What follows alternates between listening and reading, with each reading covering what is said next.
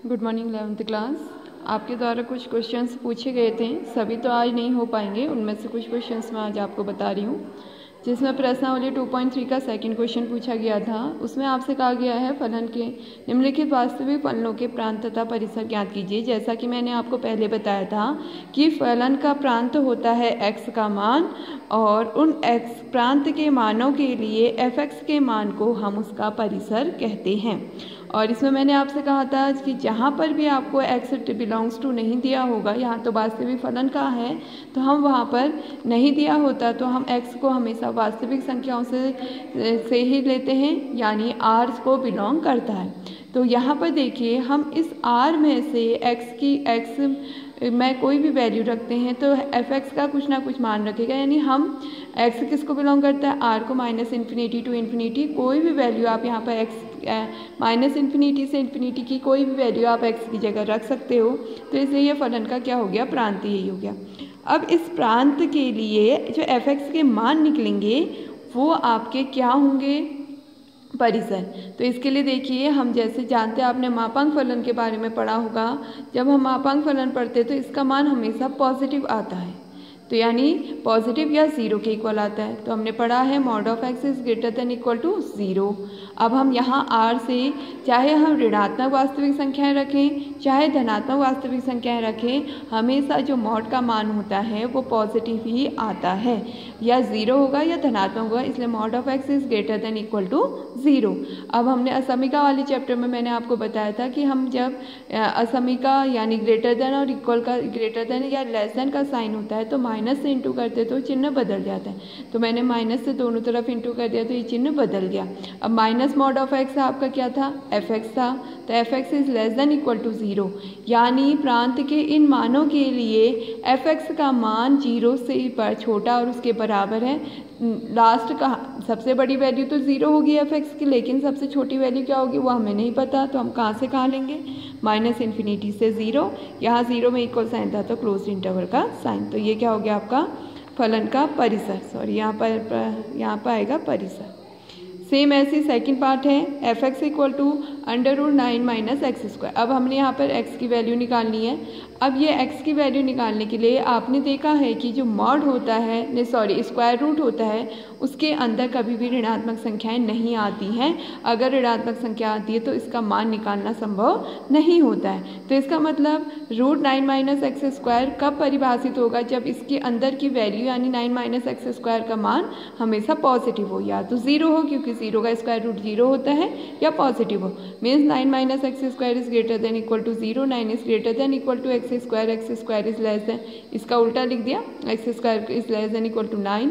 ये चीज़ मैंने आपको पहले भी बताई थी कि यदि कोई, हमने दोनों तरफ स्क्वायर रूट लिया +-3, क्योंकि प्लस का स्क्वायर भी 9 होता है, माइनस का स्क्वायर भी +9 होता है। अब ये मैं आपको पहले भी बता चुकी हूँ कि कोई भी अगर x का मान ± a से छोटा होता है तो इसका मतलब होता है जो x की वैल्यू है वो -a से बड़ी उसके इक्वल और +a से छोटी और उसके इक्वल होगी। तो x का मान निकल गया, ये इसका प्रांत हो गया। अब परिसर इसी मानों के लिए देखिए, यानी fx का मान।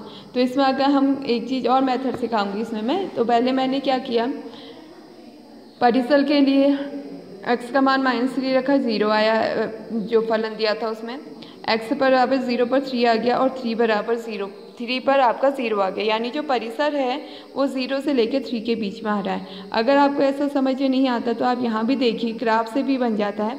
हमारी जो x की वैल्यू -3, -2, -1, 0, 1, 2 और 3 है, ठीक है।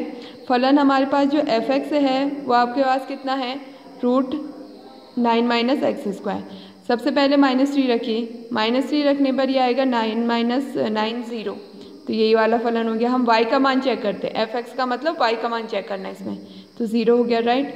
फिर उसके बाद -2 चेक करेंगे तो -2 का स्क्वायर +4 होगा, यानी 9 - 4, √5 आएगा, √5 की वैल्यू 2 पॉइंट समथिंग होगी, मीन्स यहाँ कहीं पर ही आएगी, ठीक है।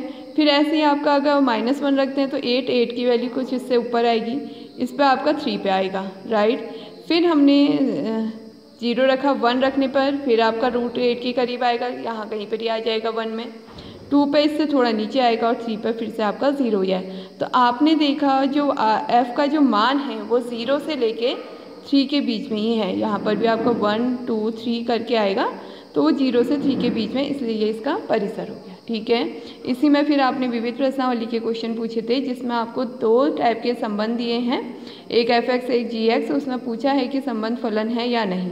तो इसके लिए आपको क्या करना है, यहाँ पर x की value 0 is less then x is less then 3 के लिए f(x) का मान ये दिया है, 3 is less than equal to x is less than 10 के लिए 3x दिया है। तो हम क्या करेंगे, x का मान पहले 0 रख देंगे x की जगह, फिर x का मान 1, फिर 2, फिर 3। यहाँ पर 2 के लिए भी निकालेंगे, f2 आपका कितना होगा 4।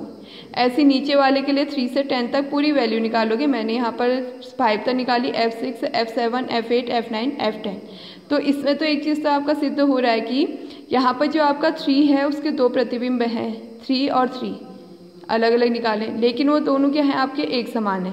तो आपने पहले पढ़ा है कि हम उस संबंध को फलन कहते हैं जिसका प्रांत से सहप्रांत में एक अद्वितीय प्रतिबिंब बने, यानी प्रांत के अवयवों का सहप्रांत में एक से ज़्यादा प्रतिबिंब नहीं होना चाहिए। लेकिन यहाँ 3 का प्रतिबिंब 9 है, यहाँ पे 3 का प्रतिबिंब 9 है, और प्रत्येक अवयव के प्रतिबिंब अलग अलग हैं, तो ये तो फलन होगा। दूसरी मेथड, अगर आप इस टाइप से नहीं निकालना चाहते तो मन में सॉल्व करिए। यहाँ हमने प्रांत लिख लिए, 0 से 2 है एक तो, और 2 से 10, 0 1 2 3 4 5 6 7 8 9 10। 0 से 2 के लिए यहाँ से वैल्यू हमने निकाली 0 1, 2 का स्क्वायर 4, फिर 2 से 10 के लिए 2 3 2 जा 6, 4 3 जा 12, नहीं सॉरी 3 3 जा 9, 4 3 जा 12, यहाँ निकाला, इनके प्रतिबिंब के लिए एरो लगा दिए। अब अगर आप देखते हो यहाँ पर 2 का जो प्रांत का अवयव 2 है उसके 2 प्रतिबिंब बन रहे हैं, एक तो 4 बन रहा है, दूसरा बन रहा है 6, यानी दिया गया संबंध आपका फलन नहीं है, क्योंकि इसमें रीजन लिखेंगे कि प्रांत के अवयव 2 का सह प्रांत में 2 प्रतिबिंब 4 और 6 हैं, इसलिए यह फलन संबंध आपका फलन नहीं है। ठीक है, इसको आप यहाँ पर लिख लेंगे। इसी में आपने सेकंड क्वेश्चन पूछा था, बहुत सरल क्वेश्चन था। ये चीज़ें आप पहले छोटी क्लास में भी 9 10th में तो कम से कम करते हैं कि f(x) बराबर आपको x² दिया, f 1.1 निकालना था, यानी x के स्थान पर 1.1 रख देना था। आपने चलो 9 10th में नहीं भी किया है तो 11th में तो ये आपका आ चुका है, तो उसकी वैल्यू निकाल ली। ऐसी x इक्वल टू यहाँ पर आपने 1 रखना है, f1 निकालना है, तो x की जगह 1 रख देंगे, 1 हो गया। 1.1 माइनस 1 इक्वल टू 0.1, यहाँ पर आपका कितना हो गया 0.1। तो फलन में आपने मान निकालना था f 1.1 minus f1 upon 1.1 minus 1 की वैल्यू। तो उसके लिए हमने यहाँ पर जो मान निकाले हैं उनको रखा 1.21 माइनस 1 अपॉन 0.1, ऊपर घटाएंगे तो आपका आ जाएगा 0.21 अपॉन 0.1, डिवाइड करोगे तो आंसर कितना हो जाएगा 2.1। इसी में फिर आपने कहा था थर्ड क्वेश्चन, सॉरी इसमें आपका था थर्ड क्वेश्चन, जिसमें आपको फलन का प्रांत ज्ञात करना है। प्रांत ज्ञात करने का मतलब है फिर से x का मान। आपने परिमेय फलन के बारे में पढ़ा है, एक ऐसा फलन px अपॉन qx का फॉर्म परिमेय फलन कहलाता है जहाँ पर qx does not equal to 0, यानी परिमेय फलन तभी परिभाषित होता है जब हर का मान 0 के इक्वल नहीं होगा, क्योंकि अगर हर में 0 आ जाता है तो 1/0 या 2/0 ये चीज़ कहीं भी डिफाइन नहीं है अभी, तो वह अपरिभाषित होती है। तो इसलिए f(x) परिभाषित होगा यदि इसको 0 के इक्वल नहीं लेंगे। गुणनखंड करिए, गुणनखंड करने के बाद 0 के इक्वल नहीं होगा, इसका मतलब x का मान 6 के इक्वल भी नहीं है और 2 के इक्वल नहीं है। लेकिन हम जानते हैं x किसको बिलोंग करता है, r को, तो और x का मान 2 भी नहीं है 6 भी नहीं है, उसमें से आप इसको माइनस कर देंगे, यानी r में से 2 और 6 को हटा दीजिए, तो ये आपका क्या कहलाएगा, प्रांत कहलाएगा।